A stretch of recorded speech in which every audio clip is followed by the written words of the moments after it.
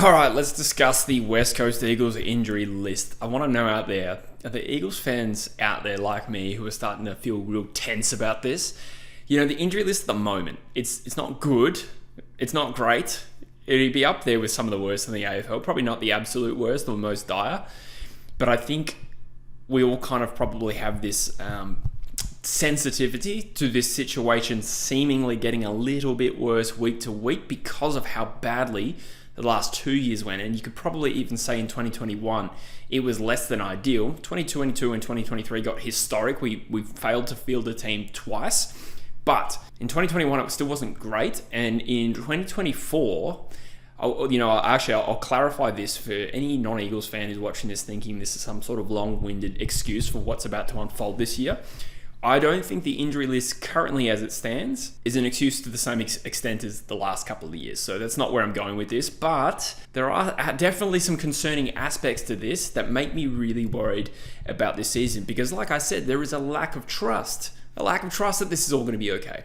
So in this video, I'm going to discuss what injuries we have and ultimately the extent to which I believe we can get through this. Okay, so I went on Big Footy and I think it's Kais has mapped out all our injuries for us. He's an absolute legend.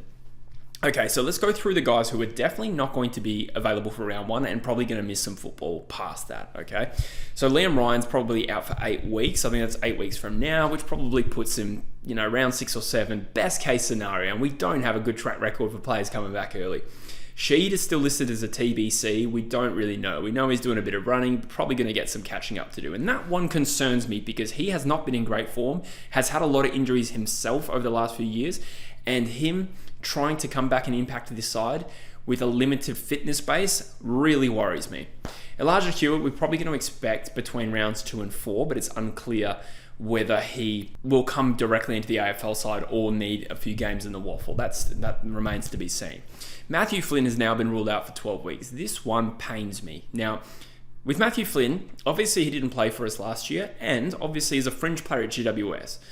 So maybe my concern over this is disproportionate to maybe the player he is, but I was really optimistic about the impact that he could have. I've probably seen some footage where he's clunking some marks, but he's just a big-bodied ruckman. He's a thick boy and relatively strong in the contested stakes, and that adds something that we have lacked. We've had to go with a Bailey Williams, who was not ready, had ultimately grew into the position really well, but still you don't want him as your number one ruck. And now we just revert back to that ruck disadvantage that we had last year in a team that is so weak in the midfield that this is a blow. And then there's Harry Edwards, who in the intra-club has, I think, done a finger injury that required surgery. He's also TBC. Now, Harry Edwards, again, is a fringe player, but when you've also got Jeremy McGovern, Rhett Bazzo, and Josh Rotham injured, suddenly we're playing Callum Jamison at key back. And Harry Edwards needed to have a good year this year. He still can, obviously, but that is also a concern. So I'm really worried about our key back situation, but I digress. There's some other players here that are listed as doubtful for round one. Clay Hall, listed as 2 or 3 weeks. I think that's from the time of the injury, which probably puts him around the mark for round 1 or 2. Again, I really doubt he'd come into the AFL side. We don't know about Archer Reid. He's still TBC, but again, probably not a realistic chance to play round 1 anyway. Rhett Bazzo, as I alluded to before, has a groin injury that we don't know much about, so TBC again. And Zane True has had a back injury for a lot of this preseason, I think. I've seen some footage of him running and training and stuff like that, but again, no idea if he's going to be fit for round 1. And you could probably also lump in Josh Rotham, who's got a groin injury that we don't know much about either. And understandable, we don't necessarily need a prognosis on every single player prior to round 1. I think once the season starts, that's when you should be able to give us more indicative, return dates. But Josh Rotham, again, it's unclear. And Jai Cully seems to be building some momentum nicely, but again, unclear whether he's going to be available for round 1. And anyway, he's probably going to be in the waffle anyway. So this injury list is somewhat deep, and hopefully, you'll note that I didn't mention McGovern or Brockman. I believe they will be ready for round 1, so that should be fine. We might even see Brockman against Adelaide. I don't know if they're going to play McGovern against Adelaide. But this is a long injury list, and it concerns me, particularly in the positions where we're vulnerable. So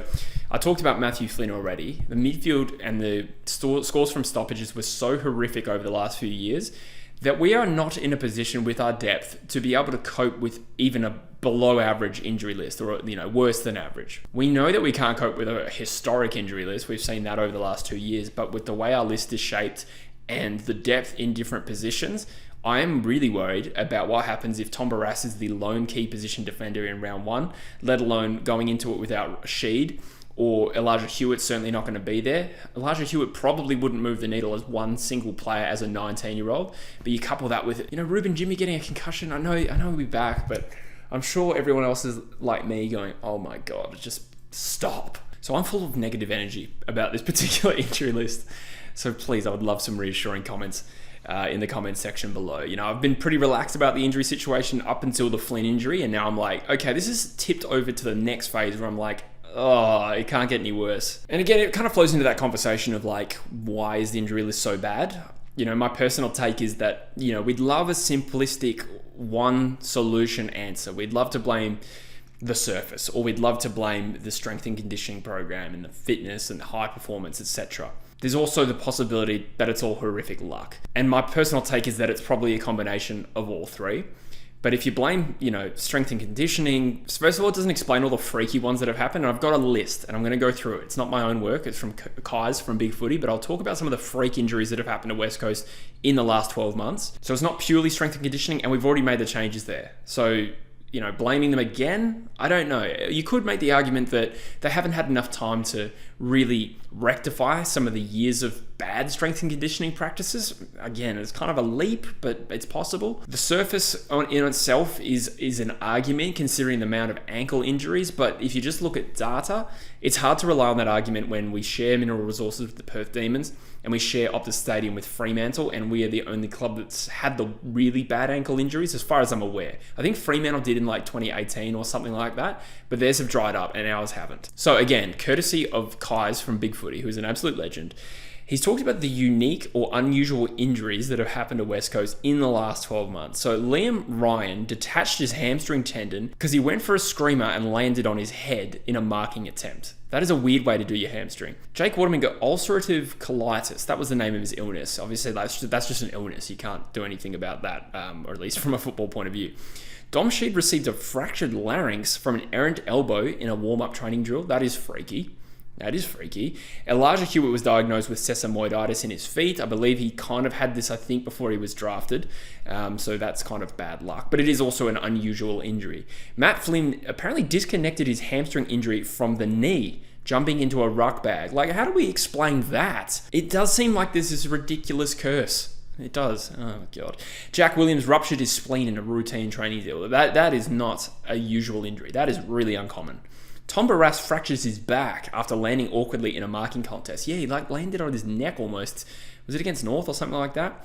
And Harry Edwards fractured his wrist spoiling a ball as he's leaving training. Harry Edwards has again done an injury and he's just so injury prone. Like, poor guy. I say that with empathy, but my God. So those are all the freak injuries that have happened to West Coast in the last 12 months. And he's broken down a lot of other injuries, which I feel grateful for. He's done a great job. Kai could literally do his own content and I would watch it. He's listed the players that have either broken an ankle or significantly sprained it. Campbell Chesser, Jamie Cripps, Tom Cole, Dom Sheed, Connor West, Clay Hall, Darling, and Jones. That is a lot of players over, that's not in 12 months, that's over a couple of years. But now, in the live stream, I think Trev Wilmot suggested, forgive me if I'm crediting that to the wrong person, suggested that ankle injuries are related to strength and conditioning. I have no idea if that's true. This is not my area of expertise, but it does seem like there's got to be a lot of bad luck in the way that you do some of these ankles, like getting crunched under a tackle. Like, maybe you could suggest that strength and conditioning could impact your recovery and the strength of those ligaments or whatever. I don't really know what I'm talking about, but there's obviously some bad luck in that. Then there's the hamstring injuries, and I think you can point to strength and conditioning considering how many players have done repeat injuries in this space, or at least really bad ones. And some of this comes down to genetics, I presume, and also their own bodies and their age. But Liam Ryan, Yeo, Shuey, Burgeel, McGovern, Foley, Darling, Kelly, Petrocelli, Jinby, Hearn, and Bailey Williams have all done hamstrings of varying degrees. That is shameful. And that, there's probably a tinge of bad luck in there. Hamstrings are a very common injury, but some of those have been repeats and to some extent could be attributed to the strength and conditioning program. But again, we've made changes in this area. So without being able to have access to what changes we made, I know we've changed some people at the top.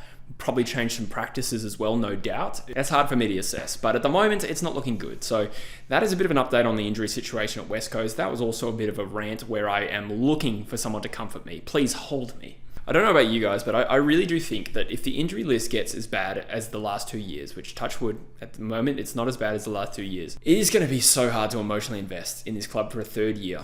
Like, I'm getting sick of it. I can deal with being bad. I've seen 2 wooden spoons now, and I do like the prospect of, building this club up and seeing those rare wins, but each and every one will be more meaningful. Like, that part doesn't scare me, but I am sick to death of rolling up to games with a completely depleted list with no expectation of, even getting close to winning. Like, that is a feeling I'm sick of, and I can't be the only one. Anyway, I am optimistic about this season. Let's go out and avoid the spoon. But let me know in the comments what you think, guys, and I'll see you in the next one. Cheers.